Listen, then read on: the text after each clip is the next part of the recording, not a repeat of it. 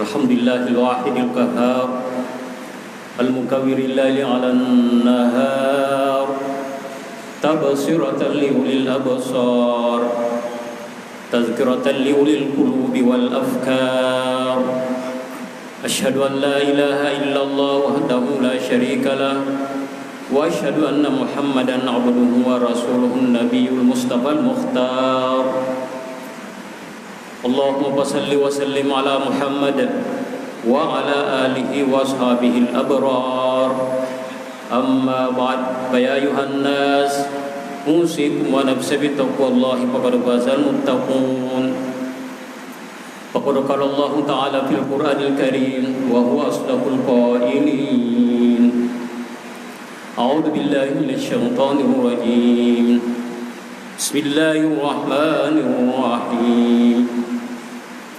يا أيها الذين آمنوا اتقوا الله حق تقاته ولا تموتن إلا وأنتم مسلمون. صدق الله العظيم وبلغ رسوله الكريم ونحن على ذلك من الشاهدين والشاكرين walhamdulillahi rabbil alamin fala udwana illa 'alal zalimin. Hadirin jamaah Jumat yang rahmati Allah Subhanahu wa taala. Doa adalah merupakan perintah Allah Subhanahu wa taala. Di dalam Al-Qur'an Allah berfirman, "Ud'uni, berdoalah kepadaku. Astajib lakum, maka saya akan ijabah doamu. Saya akan terima doa kalian.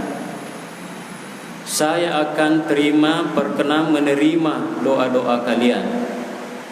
Sehingga orang yang tidak mau berdoa itu akan dimurkai oleh Allah. Man lam yas'alillah yugdabu alaihi. Siapa yang tidak mau bermohon kepada Allah itu dianggap sebagai orang sombong dan akan dimurkai oleh Allah. Ad-du'a mukhul ibadah. Doa juga merupakan otaknya ibadah. Jamaah Jumat rahmati Allah Subhanahu wa taala. Lalu kemudian bagaimana caranya Allah menerima, menijabah doa-doa hambanya? Pertama, kadang doa itu Allah jawab sesuai dengan permohonan hambanya. Kalau hambanya memohon satu, Allah kasih satu. Meminta dua, Allah kasih dua. Kita kadang-kadang merasa bersyukur karena merasa bahwa doa-doa kita diijabah oleh Allah Subhanahu wa taala. Apa yang kita minta itu diperkenankan oleh Allah Subhanahu wa taala. Tetapi ada cara lain. Allah mengijabah doa-doa hambanya itu. Apa itu? Terkadang Allah mengijabah aksara mimma yatlubu, lebih banyak daripada yang diminta. Kita hanya mungkin minta satu, tapi lalu kemudian Allah kasih 10. Kita hanya minta sedikit, tetapi lalu kemudian Allah memberikan banyak. Mengapa? Karena Allah Maha pemberi rezeki dan memberikan rezeki kepada siapa saja hambanya yang disukainya, ya, bighairi hisab, tanpa perhitungan. Innallaha yarzuqu man yasha bighairi hisab. Bahwasanya Allah memberikan rezeki kepada hambanya siapa saja yang dikehendakinya bighairi hisab, tanpa perhitungan. Allah Maha Kaya, terserah dia berapa dia mau kasih. Kalau hambanya meminta, lalu kemudian Allah berikan lebih daripada apa yang diminta. Kadang-kadang kita mengalami situasi seperti itu. Ya. Kita hanya minta diberikan rezeki sesuai dengan harapan kita, lalu kemudian Allah memberikan balasan lebih banyak apa yang kita minta. Cara lain Allah mengabulkan permohonan hambanya itu, yaitu memperkenankan doa hambanya dari arah yang lain. Terkadang kita salah duga kepada Allah, salah sangka kepada Allah. Mengapa dikatakan salah sangka? Karena biasanya merasa bahwa kenapa doa saya ini tidak diijabah oleh Allah Subhanahu wa taala. Ya Allah, di tengah malam dia bangun tahajud bermohon kepada Allah, dilonggarkan rezekinya, ya Allah berikanlah kelonggaran rezeki. Ya.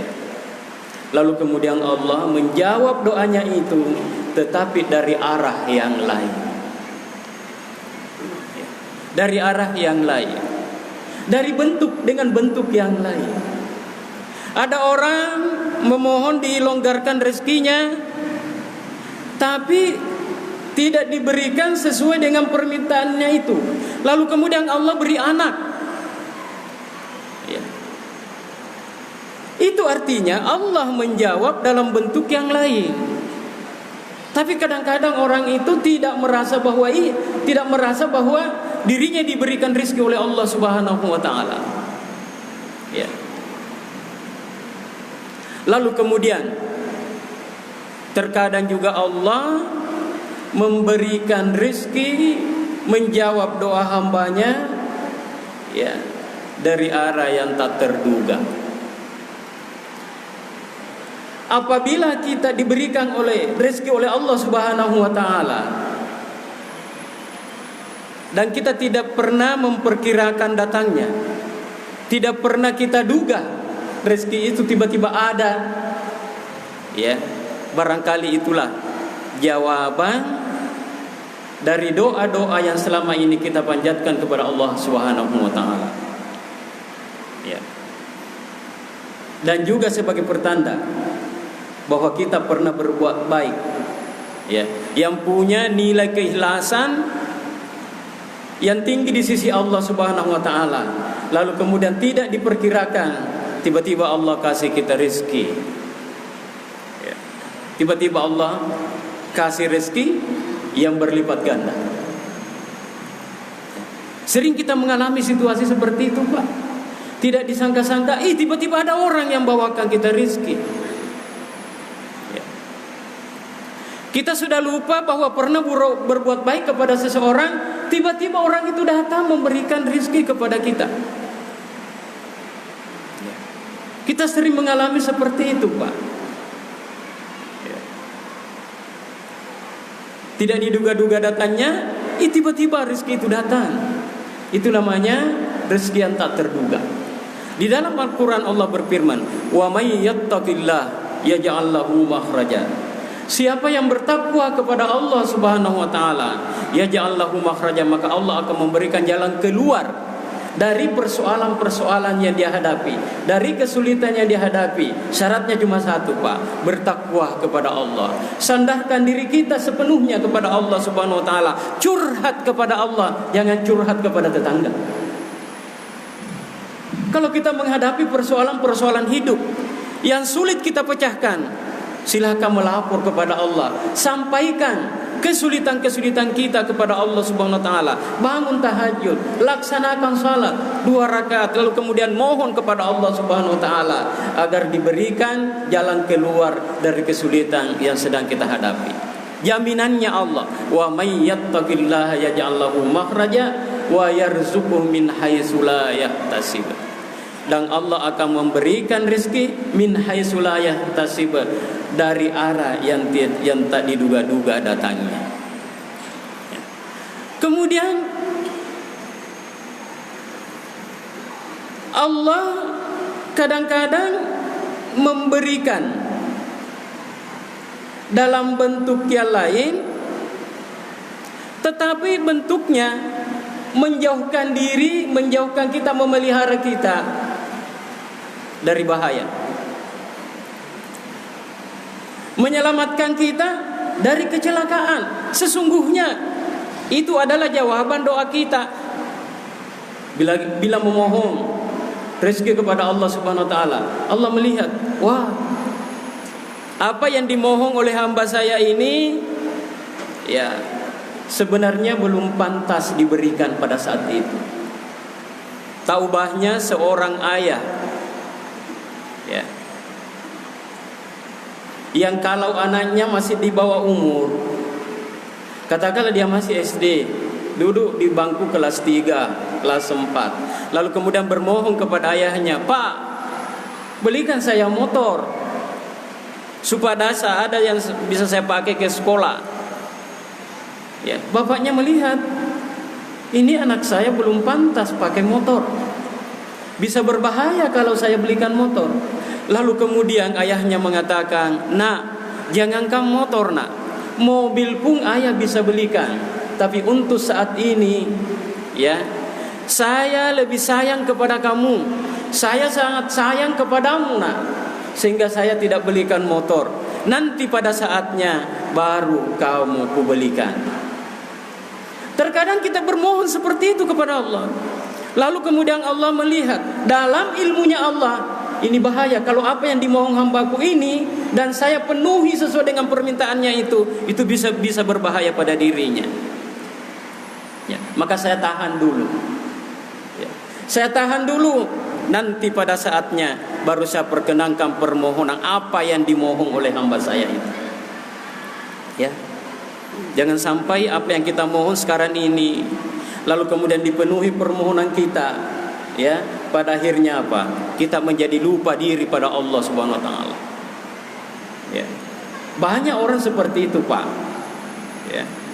Pada saat dia hidupnya masih miskin, ya, dia kedekatannya dengan Allah Subhanahu wa taala luar biasa dekatnya.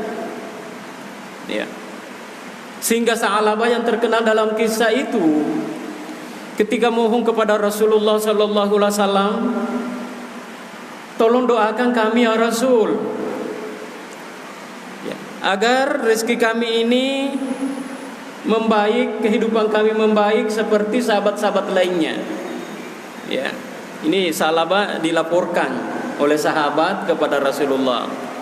Ya, "Ya Rasul, Sa'labah itu kalau sudah assalamualaikum langsung berdiri lompat. Ya. Tidak berzikir, tidak berwirid, ya. Dan diperhatikan keadaannya seperti itu terus. Begitu selesai salam, ya, langsung dia berdiri keluar. Ya, ternyata setelah dipanggil menghadap oleh Rasulullah, Sa'labah itu, ya, mengungkapkan, ya, kondisinya. "Ya Rasul, saya ini barangkali orang miskin.